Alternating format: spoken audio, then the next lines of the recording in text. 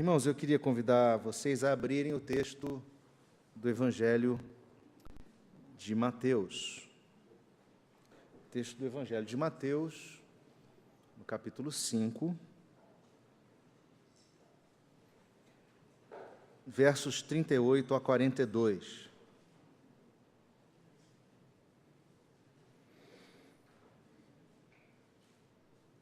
Confesso que esse texto sempre foi um texto que me gerou desconforto. E minha oração é que nessa noite ele gere em nós desconforto, mas gere em nós também direção, né? É um texto que trata da vingança, sobre do assunto vingança, né? Então eu vou ler, os irmãos acompanham. Verso 38 diz lá: Ouvistes que foi dito, olho por olho, dente por dente. Eu, porém, vos digo, não resistais ao perverso, mas a qualquer que te ferir na face direita, volta-lhe também a outra. E ao que quer demandar contigo e tirar-te a túnica, deixa-lhe também a capa. Se alguém te obrigar a andar 1 milha, vai com ele 2. Dá a quem te pede, e não voltes as costas ao que deseja que lhe emprestes. A gente tem vivido um tempo muito complexo, sabe? Pensando sobre esse texto e pensando sobre esse momento que a gente vive, eu sou da geração de 64, a geração que nasceu debaixo da ditadura militar, viveu boa parte dela, da sua juventude, debaixo da ditadura, mas nós também experimentamos a contracultura hippie, o movimento da liberação sexual, sexo, drogas e rock and roll, todas essas coisas que foram movimentos que marcaram muito o nosso tempo. Nós vimos o fim da Guerra Fria, nós vimos também, já um pouco mais à frente, o Muro de Berlim cair. Mas, sinceramente, gente, eu acho que a gente nunca viveu um momento tão desequilibrado assim nessas últimas décadas, onde o desequilíbrio está marcando a relação entre nós, seres humanos, seja na nossa casa, seja no nosso trabalho, seja na sociedade.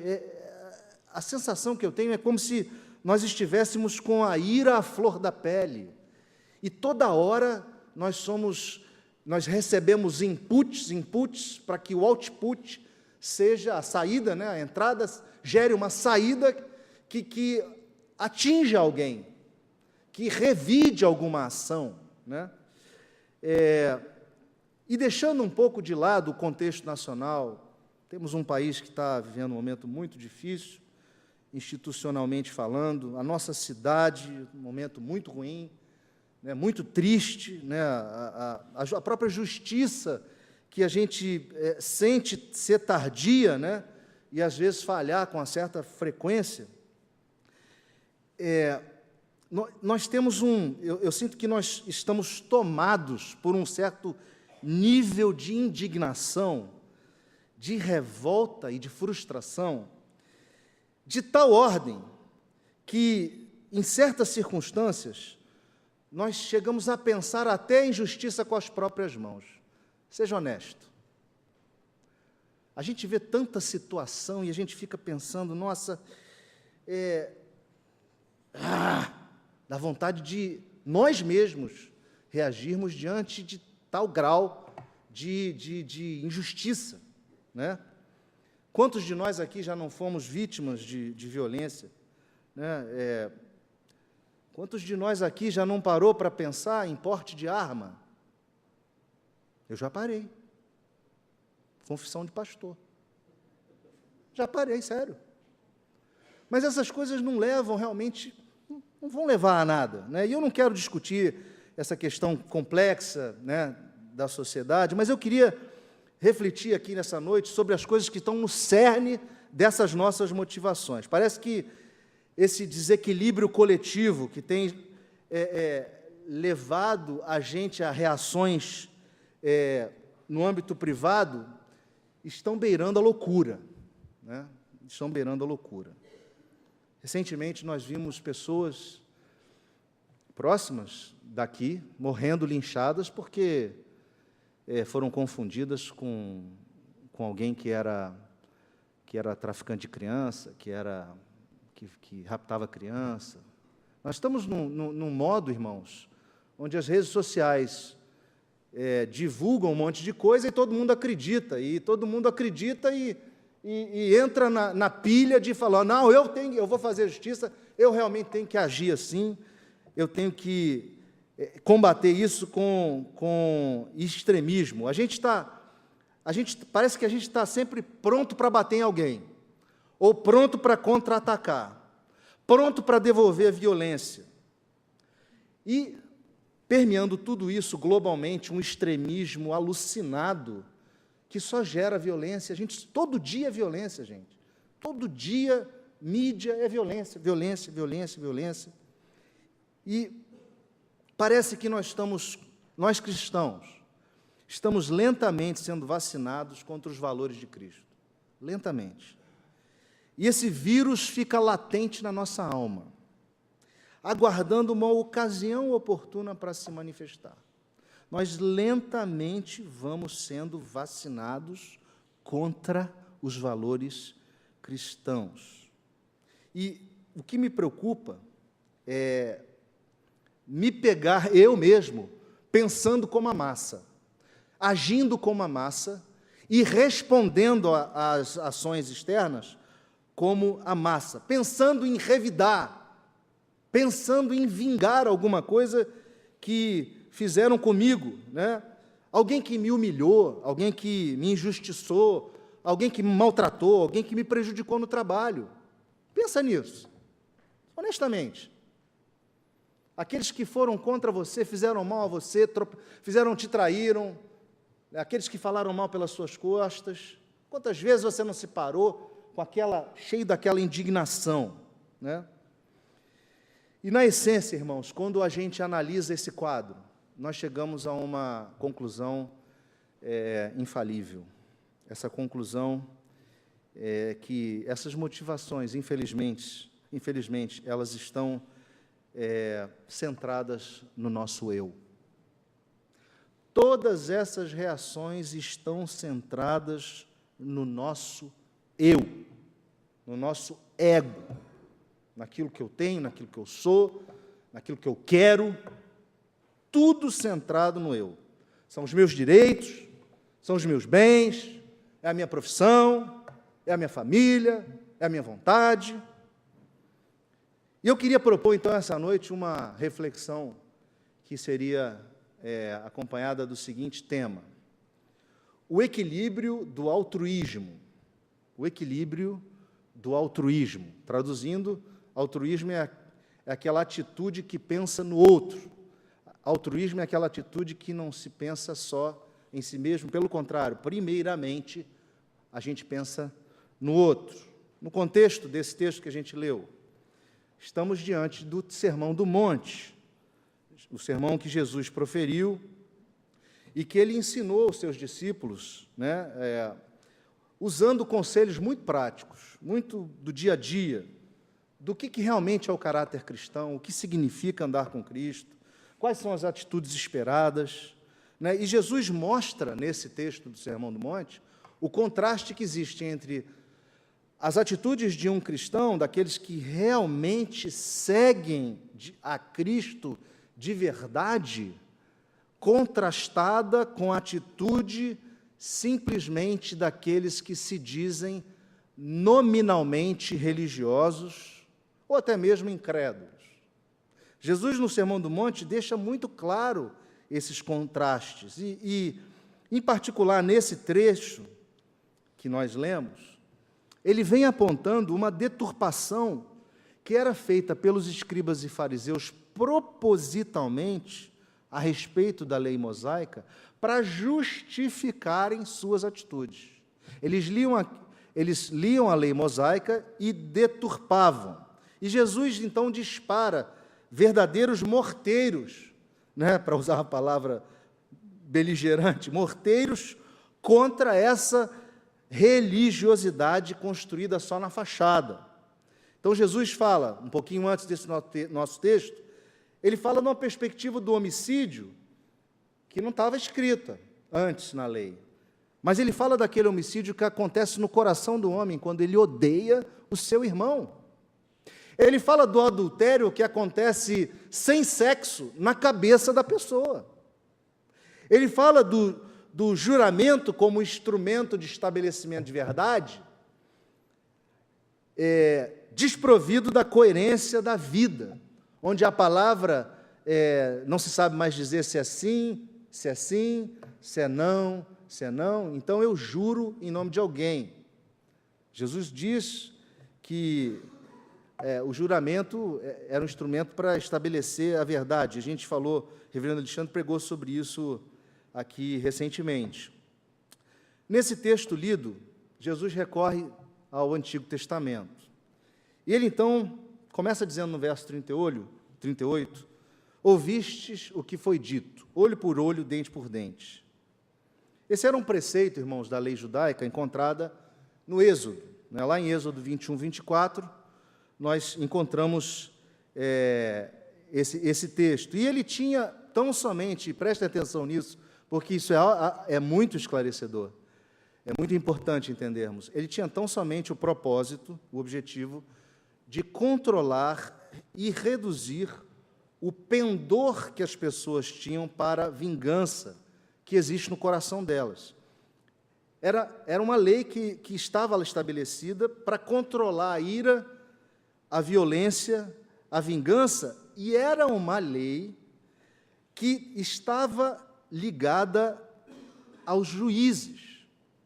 Os juízes fariam uso dessa lei. Era uma lei que visava simplesmente estabelecer um equilíbrio de julgamento, para que não houvesse exagero na pena ou nesse julgamento que acontecia com relação aos crimes, para que não houvesse excesso. Lá em Êxodo, no capítulo 21, versos 23 e 25, a gente lê o seguinte: mas se houver dano grave, então darás vida por vida, olho por olho, dente por dente, mão por mão, pé por pé, queimadura por queimadura, ferimento por ferimento, golpe por golpe. Ou seja, estabelecendo parâmetros de equilíbrio, de equivalência. O doutor Martin Lloyd-Jones, ele disse que ele comentando esse texto, diz que esses princípios não foram dados aos indivíduos propriamente ditos, mas foram dados aos juízes, para que pudessem efetuar ou agir de acordo com a lei e julgar de acordo com a lei e estabelecer a ordem, de forma equânime, de forma equilibrada. Só que os escribas e os fariseus pegavam essa palavra, olho por olho, dente por dente, mão por mão, queimadura por queimadura e assim vai, e faziam um uso deturpado dessa lei, porque eles queriam justificar as suas atitudes no mundo privado. Então vejam, eles pegam uma lei que era destinada à nação de Israel, que era parâmetro para os juízes fazerem julgamento ao povo de Israel, e eles usam para benefício próprio, para justificar a sua retaliação diante de ofensas e agressões que sofriam, para justificar a sua vingança. Os judeus, escribas e fariseus, de religiosidade de fachada, eles eram legalistas, eles queriam usar a lei para defender os seus direitos, numa perspectiva puramente deles, do seu egoísmo, preocupados com a sua agenda em revidar aquilo que haviam recebido. Mas aí Jesus vai no verso 39 e diz assim: eu, porém, vos digo, não resistais ao perverso, mas a qualquer que te ferir na face direita, volta-lhe também a outra. Jesus apresenta aqui, gente, uma nova proposição, uma ruptura com o comportamento religioso daqueles homens, dizendo: não resistais ao perverso. O comentarista R. Tasker, que faz o comentário de Mateus, ele diz que Jesus está claramente se opondo à interpretação da chamada ius talionis, que era aquela lei do talião, a lex talionis, que é a lei do revide, da retaliação. Ele está se levantando contra uma interpretação equivocada, como justificação por parte dos judeus ilimitada para a vingança pessoal, à luz do preceito mosaico, olho por olho, dente por dente, que de fato havia sido dado como freio para a vingança. Um discípulo de Cristo deve estar pronto para sofrer diante dessas situações. Um discípulo de Cristo deve estar pronto para sofrer a perda do que recorrer à vingança pessoal. E é isso que Jesus está contrapondo aos judeus aqui. E é isso que, de forma muito drástica e de ruptura, Jesus está colocando e pontuando na vida daqueles homens. Jesus não está falando das autoridades nem dos magistrados, né? Dizendo, esses não devem resistir ao perverso. Percebam a diferença. O perverso será tratado pelas autoridades, pelos governos instituídos, pelos juízes instituídos. Mas no âmbito privado, nós não devemos resistir na mesma medida àqueles que vêm contra nós levantar a mão. E essa é que é a grande complicação. Porque nós temos entranhado em nós a nossa agenda, do nosso ego, do nosso eu. Cristo aqui está endereçando o reinado do eu em nós. Porque nós reagimos porque nós dizemos, eu tenho direito, eu fui injustiçado, eu não merecia isso, o que fizeram contra mim está equivocado, está errado. Meu irmão, minha irmã, por mais difícil que seja nós entendermos isto essa noite, eu quero te dizer que Cristo está dizendo que Ele comprou o seu direito na cruz. Ele comprou o seu direito na cruz. O seu direito hoje não pertence a você, pertence a Cristo. E você, como servo de Cristo, você, como filho de Deus, herdeiro com Cristo, você tem que se submeter ao que Cristo está dizendo. Ele está dirigindo claramente esse ensino àqueles que queriam segui-lo, aos que haviam sido indicados como aqueles bem-aventurados, né? Aqueles que seriam de fato remidos por ele, né? O comentarista William Hendrickson, ele diz que Jesus está dizendo o seguinte: não resistam ao perverso com medidas que emanem de uma disposição que é o oposto do amor, do perdão, da brandura e da tolerância. Não resistam ao perverso com medidas que emanem de uma disposição que é o oposto ao amor, ao perdão, à brandura e à tolerância. Recentemente aqui escrevemos uma pastoral onde falamos da questão da moderação. Paulo, quando escreve aos Filipenses, ele diz lá no capítulo 4, verso 5, seja a vossa moderação conhecida diante de todos os homens, perto está o Senhor. E aí, nós discorremos nessa pastoral que a palavra moderação, ela tem um sentido muito amplo, que vai muito além de um sentido simplista do equilíbrio. Ela é uma palavra que é usada em tantos outros textos e que pode ser traduzida como clemência, cordialidade, gentileza, indulgência, né? O comentarista Ralph Martin, ele diz que uma das traduções seria benignidade.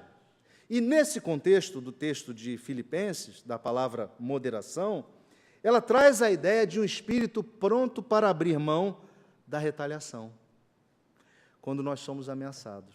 Um espírito pronto para abrir mão da retaliação quando nós somos ameaçados. É uma exortação para que não fiquemos demasiadamente preocupados com os nossos próprios interesses diante das hostilidades de uma sociedade sem Deus. A nossa moderação é a nossa disposição amável e honesta para com essas outras pessoas, a despeito de suas faltas. Portanto, é um chamado à paciência. Um chamado à paciência. Nós precisamos aprender a dar a outra face, irmãos. E é muito difícil. O Dr. Lloyd Jones, ele conta a história de um famoso evangelista americano, lá da área de Cornwall, chamado Billy Bray. Esse camarada, ele era um pugilista, lutador de boxe, antes dele se converter. E ele se converteu, e ele foi trabalhar numa mina. E lá ele conviveu com pessoas, e em especial, alguém que era do relacionamento dele fora ali do trabalho, mas que era uma pessoa que tinha muito medo desse Billy Bray. A pessoa, na verdade, tinha tanto medo que tinha raiva dele, porque ficava com medo de apanhar dele, porque o cara era lutador de boxe, né? O Billy Bray era lutador de boxe. Ele se converteu, parou de lutar boxe, né? E trabalhando naquela mina, um dia ele está diante desse homem que queria revidá-lo, né? Porque tinha medo dele, queria de graça revidar, e esse homem foi e atacou o Billy Bray. Atacou o Billy Bray dentro da mina. Deu um soco nele, machucou o cara. E o Billy Bray teve uma atitude que surpreendeu, porque o camarada falou, agora que ele é crente, agora mesmo que eu quero atacar, para ver se ele vai revidar, porque o cara é um bom pugilista. E o tal do Billy Bray olhou para o homem e disse o seguinte, Deus lhe perdoe, assim como eu lhe perdoei. E não fez absolutamente nada. Esse homem esperava, na verdade, uma reação humana. Ele esperava que o Billy Bray viesse para a luta e, na verdade, negasse a sua própria convicção de fé. Mas Billy Bray não cedeu. E esse homem, que não, o Dr. Lloyd Jones não diz qual é o nome dele, esse homem passou semanas amargurado, louco, sem entender como pode alguém realmente ser atacado e não revidar. E ele veio, então, a se converter. Então, ele conta essa história como sendo um exemplo de uma atitude que, diante do ataque, aquela pessoa não revidou e gerou, numa outra vida, um impacto de conversão. Ele conta também a história do Hudson Taylor, que foi missionário na China e que estava aguardando para cruzar o rio, e aí veio o barco do chinês, e ele estava vestido, obviamente, de chinês, e chegou um outro chinês rico, que era um senhor rico, e olhou para ele, esperando o barco, e antes que ele pudesse entrar no barco, o cara deu um encontrão nele, ele caiu dentro d'água, e aí o homem, que era o rico, falou, não, você vai me levar, falou para o outro chinês, você vai me levar para outra margem. Aí o dono do barco falou assim, eu não vou levar, não. Eu não vou levar porque você não é digno de entrar no meu barco. E aí o Hudson Taylor levanta, já todo machucado e molhado, e entra no barco, e ele fala assim, vem para o meu barco, o chinês chamou ele. Ele entrou no barco, e aí o Hudson Taylor virou-se para o homem que bateu nele e falou assim, venha comigo, embarque aqui, você precisa cruzar esse rio como eu. Irmãos, nós precisamos de atitudes. E, em momento algum, Jesus falou que seria fácil, mas nós precisamos agir. Jesus continua dizendo, verso 40, e ao que quer demandar contigo e tirar-te a túnica, deixa-lhe também a capa. Esse texto é bem difícil, também. Porque o que ele está dizendo aqui é o seguinte, vou cariocar. Se vier um malandro e disser, perdeu o Playboy, entrega, meu irmão, minha irmã. Entrega. Se alguém vier demandar com você a capa, dá a túnica. Perdão, demandar a túnica, dá a capa. Qual é a diferença aqui? A diferença é que, para o judeu, a capa era tudo. A capa era a própria identidade da pessoa. Era onde a pessoa dormia muitas vezes. Era o que ela usava para se abrigar do frio. A capa era algo que ele não poderia dar para ninguém, porque era a própria identidade dele. E Jesus está dizendo, não consideres a sua própria identidade. Se alguém vier demandar contigo aquilo que é teu, entrega, dê, sem criar confusão. Sem criar confusão.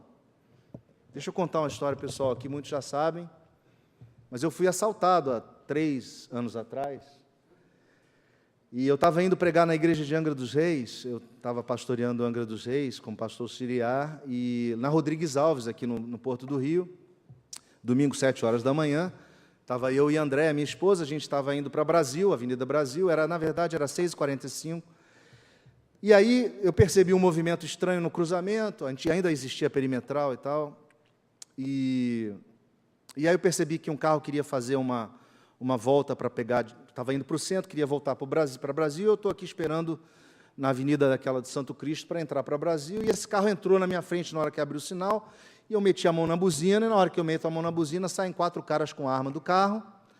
Aí eu pensei assim, é arrastão, vou correr. Aí eu pisei e avancei e fui embora. Os caras vieram atrás de mim. Eles vieram atrás de mim, eu fiz a curva do Into que nem um louco. Chegou na reta do Into, André vira para mim, eles estão do teu lado. Na hora que eu olho, os caras estavam com arma na mão. Para. Na mesma hora, eu parei o carro, a gente saiu do carro e o cara veio com 2 armas na mão na minha cara. Me dá. Eu falei, calma. Toma aí. Fui tirando do bolso, toma, aliança, e é tudo, toma aí, vai levando. E André, dá ele. Eu, não, calma, tô dando. E tinha um cara com um fuzil na cara dela, um cara com arma na minha cara, e a gente ali naquela situação. E pela misericórdia de Deus nada aconteceu. Por que eu estou contando o caso, irmãos? Porque eu agi errado. O cara queria meu carro, toma, leva. Quer minha carteira? Leva. Quer meu anel? Leva. Se alguém vier demandar contigo a túnica, deixa a capa. É claro que o ensinamento aqui, na verdade, está atrelado a um coração desapegado das coisas materiais. E vamos combinar? A gente fica com um coraçãozinho apegado às coisas materiais, não fica? Na hora que vem alguém querer levar aquilo que você trabalhou pra caramba, para construir, para conquistar, vem um camarada levar, você vai levar, você está de brincadeira, não vou te dar não. Faz isso não, meu irmão, faz isso não, minha irmã. Se alguém vier demandar contigo a túnica, dá a capa também. Mas Jesus falou, se alguém vier te obrigar a andar 1 milha, vai com ele 2. Essa palavra sempre foi estranha para mim, sendo bem honesto. Primeiro que o nosso sistema não usa milha, usa quilômetro. Né? Então, milha, eu tinha que fazer a conta, né? Milha náutica ou milha, ou milha rodoviária? Né? Tem diferença. Né? E eu ficava ali, mas o que Jesus quer dizer com isso? Né?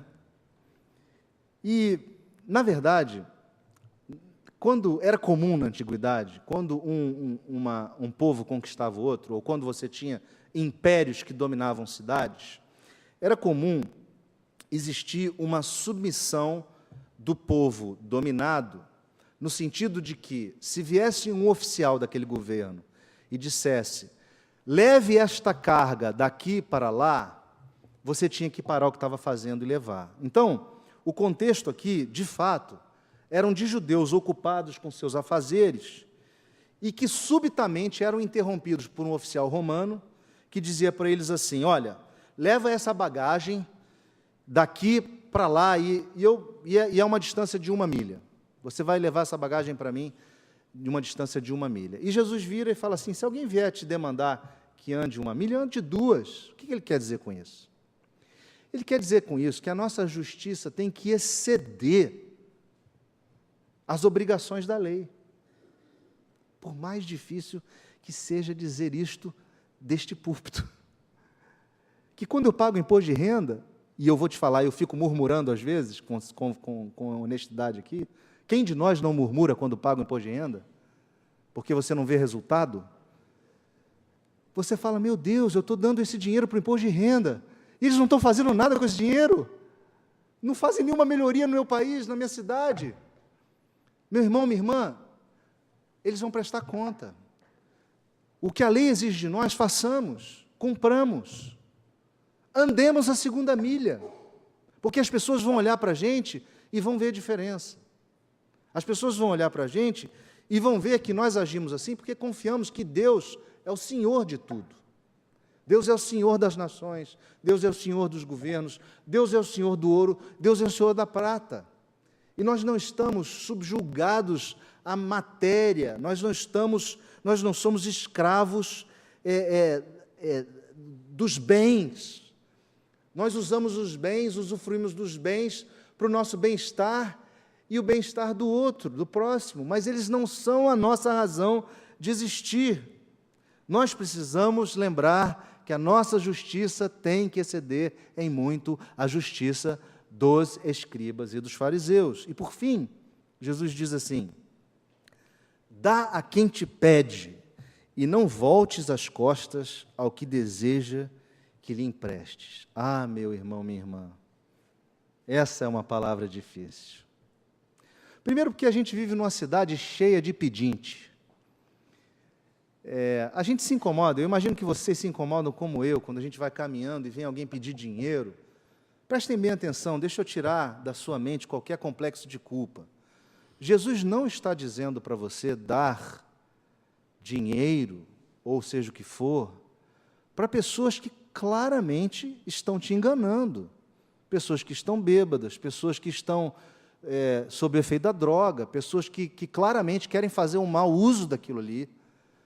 Deus não está exigindo de nós isso. O que Deus está exigindo de nós é que nós tenhamos uma sensibilidade tal, a ponto de percebermos a necessidade no outro, a ponto de voluntariamente colocarmos a mão no bolso e chegarmos para alguém que está necessitando e falar assim: meu irmão, eu sei que você está precisando disso aqui, eu queria contribuir e te ajudar com esse valor aqui. Jesus está dizendo que esse exercício, ele desentrona o eu, ele desentrona a nossa agenda, ele tira o nosso coração das coisas.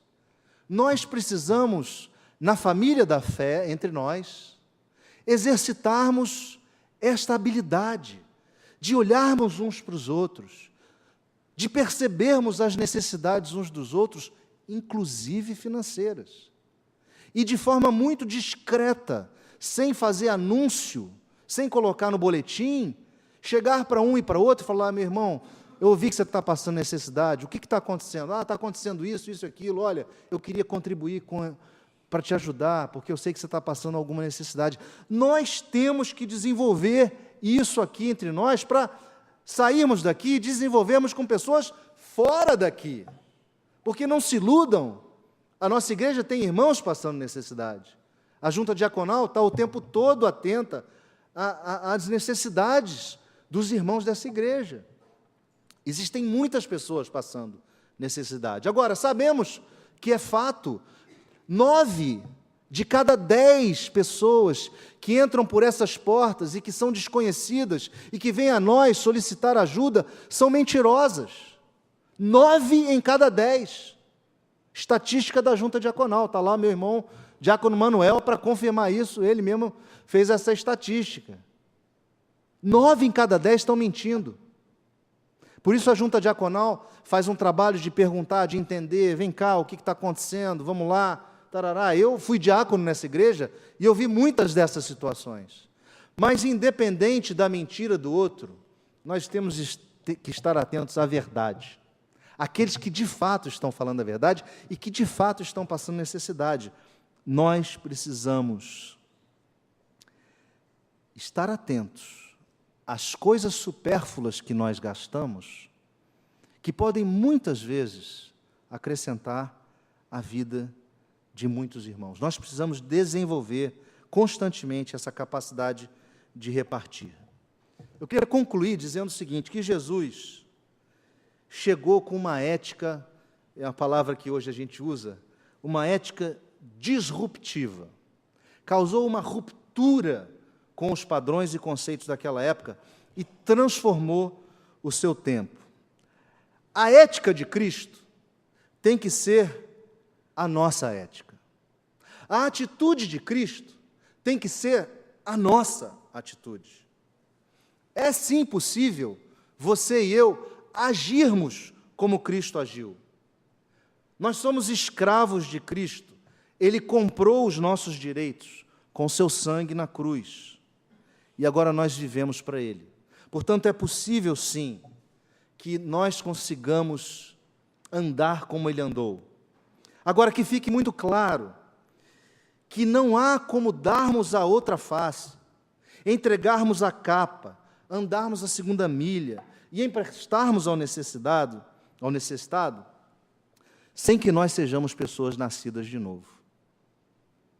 Nós precisamos experimentar o novo nascimento, para que possamos de fato viver isso, para que possamos de fato entronizar a Cristo e desentronizar o eu. A minha pergunta para você essa noite, honesta, é: onde você está sofrendo a perda? Onde você está sofrendo a perda? Onde você está sendo humilhado, ou ofendido, ou trapaceado? Saiba de uma coisa: é Deus quem te defende, é Deus quem te restitui. Não vale a pena fazer justiça com as próprias mãos. Deixe que Cristo cresça em você e o seu ego diminua. Busque este equilíbrio dessa resistência silenciosa. É uma resistência silenciosa, porque você não tem que abrir a boca, você só tem que agir. Dê a outra face, ande a segunda milha, dê a capa quando pedirem a túnica, empreste ao necessitado. Que a gente possa, irmãos, repensar as nossas atitudes dia a dia. Que a gente possa banir do nosso vocabulário a palavra vingança e a palavra retaliação. E que a gente possa viver o equilíbrio do altruísmo. Amém? Vamos orar.